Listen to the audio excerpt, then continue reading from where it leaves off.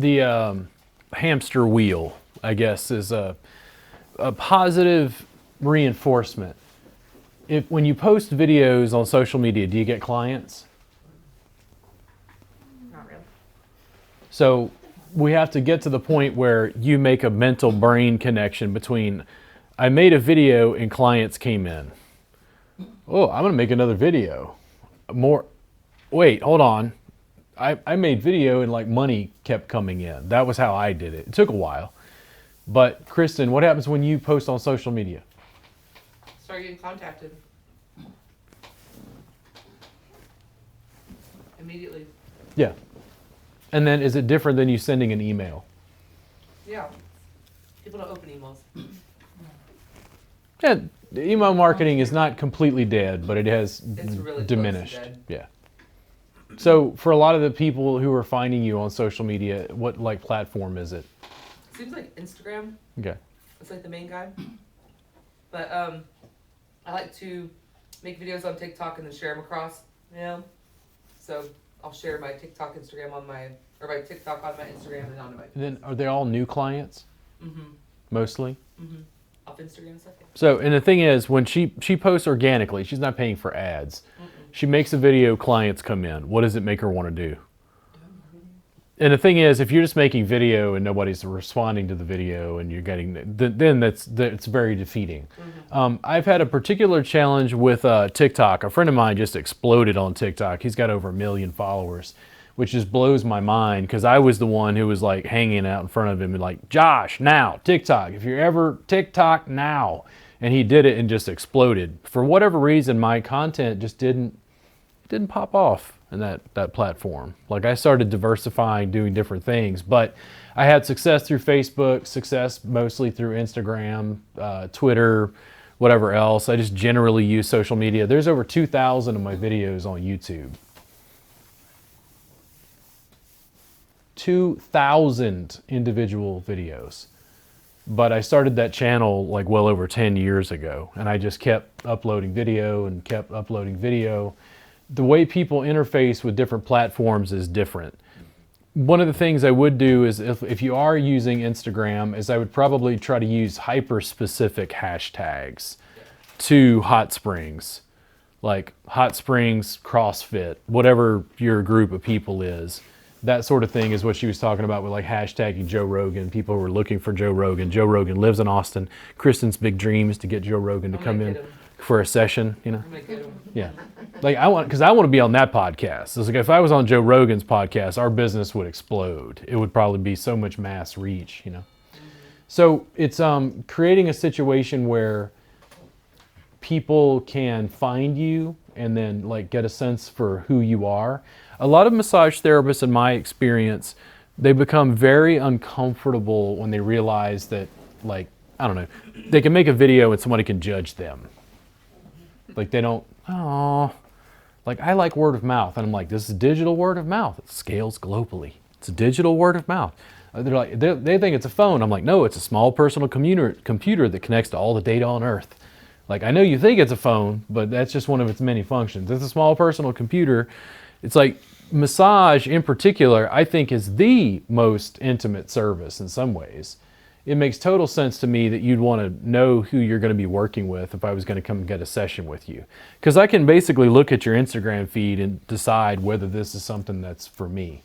Kristen, and I help her with some of the video production, it was like, it's hilarious because I saw somebody over lunch. They're like, I got to go come and get a session of this. Did you see that? Mm-hmm. Yeah, somebody commenting. It's just because of a video I helped her make, and she's just kicking ass and taking names, and people are like, oh my God, I want a session of that. That sort of virality, allowing people to see you. I called my business Robert Gardner Wellness for a reason.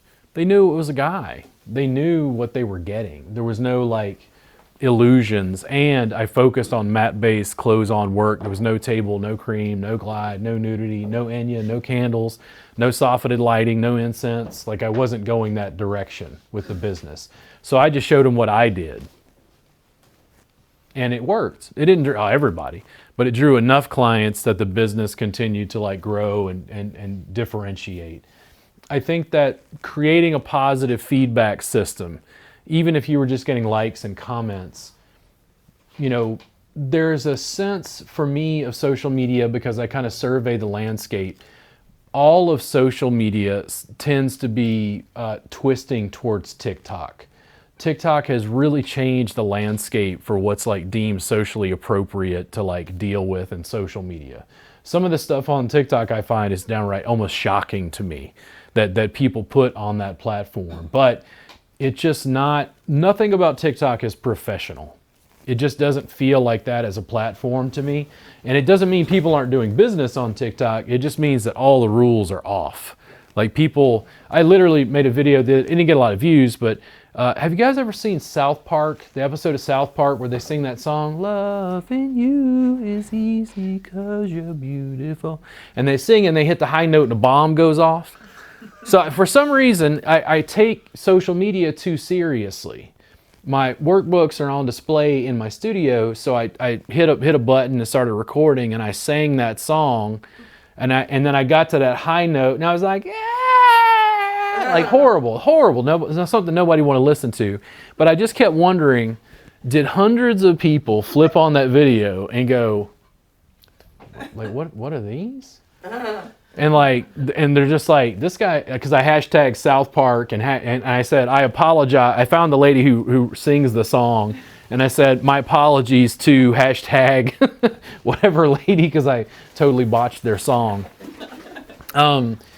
TikTok is very playful.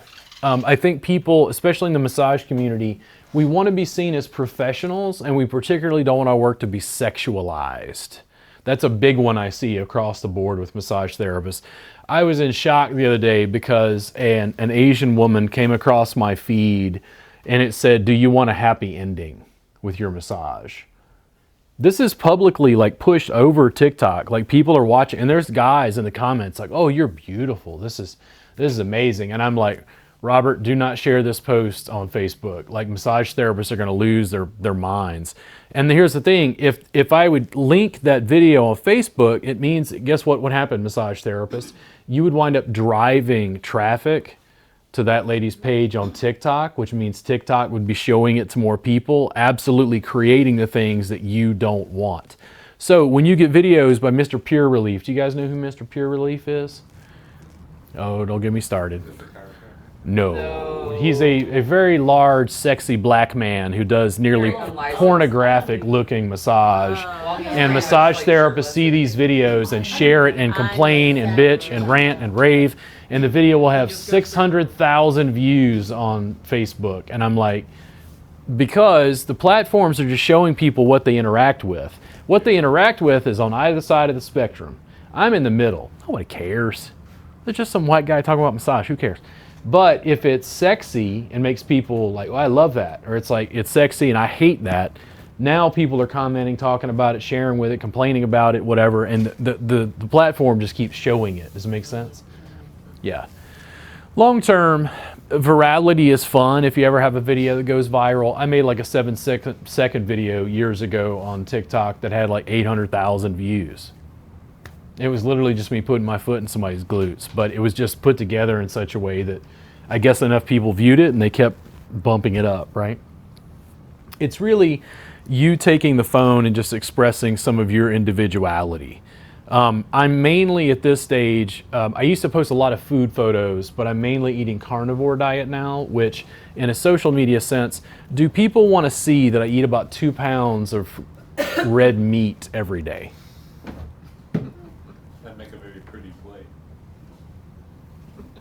Well, and I thought about it, and now I'm getting ready to actually document what I eat for a week. And when people see that I drink a gallon of raw, unpasteurized milk and about 2 pounds of beef a day, in addition to the liquor and beer I drink, people are going to be like, "This is disgusting." And I'm like, "Cool, do you guys want more food photos?" I'll literally just play with the audience. I experiment, I play. Because they're taking it way too seriously. Like, not everybody wants what I eat, or, you know what I mean? Like, it's like I made videos and put like audio on it for the first time, and my YouTube channel got flagged for a copyright violation because I used some music I wasn't supposed to, but I messed up. But I put music in the video, and it's hilarious to me because, remember I said people comment on what they love or they hate? Massage therapists are commenting on my video, and they're like, "I hate all this goddamn Mario music you're putting in the video." And I'm like, lady, that's dubstep. You don't smoke enough cannabis. Because I like that music. And they're like, the music's too loud. I can't hear what you're saying. And I want to be like, wow, massage therapists listen to what I say? I had no idea. I've been doing this shit for 12 years. But it's like I'm using like GIFs and images and stuff in the videos trying to get people to pay attention to like what I'm doing, because fundamentally, I don't think the work looks very exciting, if that makes sense. In other words, when you're flipping through stuff as a massage consumer, you look at me with this face of concern. You flip through like videos for massage. Now, don't think like a massage therapist, think like the public. When videos come through their feed for massage, what are they going to pay attention to? They're flipping. This is TikTok. What the person looks like. Do they want to watch Kristen or me? Kristen. Why? Because she's pretty. You saying I'm not pretty? Hey, I fucked this class. I'm getting a little frustrated in here. I paid you. Exactly. And it's like, no. People, they just respond differently. Like, it's hilarious because I'll produce a lot of Kristen's videos. We put those out. It's funny to me because Kristen can say the same things and they're like, oh my God. They're like, hashtag boss babe, hashtag bad bitch. Kristen is Kristen, yeah. And she was saying the same thing I said. And I'm like, so in one, I'm like, is it the way I say it? Or is it generally, is it also just because it comes from a guy? Massage therapists are 80% plus women. Do they want me to, like, I don't know, criticize their industry, or, you know what I mean? Like, in other words, people receive things in different ways. And I don't fight it. I just diversify the brand and like show Danielle and Kristen and see what people respond to and what they like. But as and a then, massage therapist, I'm more interested in the content. okay, so you want, as a consumer, you I'd want be more interested in education. watching her teach it. Yes. Okay. Do most massage therapists and I don't know people? what they want. People. want- Ah, so most people want to be entertained. Yes. Ah. So By do someone exactly who's what pretty. you're doing right now, just wear a full tuxedo. So what I want to do is I want to like continue playing with the audience. And one of the videos I released had like a very different feel. So one of the things that happens that I kind of fight with is, I hate to say this, but I feel like people want to be told what to do. They say, I want to be an individual, but in the end, they kind of want to be told what's safe and where to go. So I want to wear like kind of silky robes. I want to sit comfortably and talk about meditation. If that's what you're talking about, that's how I want you to look. Yeah. And talk about our level of conscious awareness and breathing.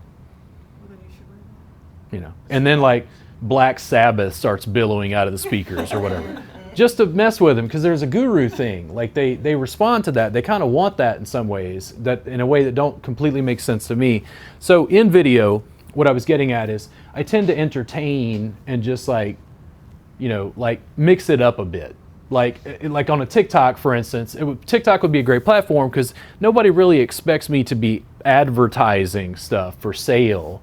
TikTok is a very like funny, like if I ran across your stuff and you were educating about esthetician services, if it's interesting, I'm like, whoa, have you seen like Dr. Pimple Popper and all the extraction stuff? Yeah, because I have a weird curiosity about 50%. 50% of the time it's great, and the other 50% of the time I'm like, no, next. There was I like food stuff, so I followed some cheesemongers. And one of the things they did one time is, are you ready? You know where this is going. So I watched this Dr. Pimple Popper video, and then right after is this creamy, oozy cheese. And I commented on their thing. I'm like, yo, bro, your content, I love fromage, I love the cheese, I love where you're going, but you got to figure out how to get TikTok to not put this video after one of these extraction videos, because I'm gagging over here. But it's just, it's how we use social media.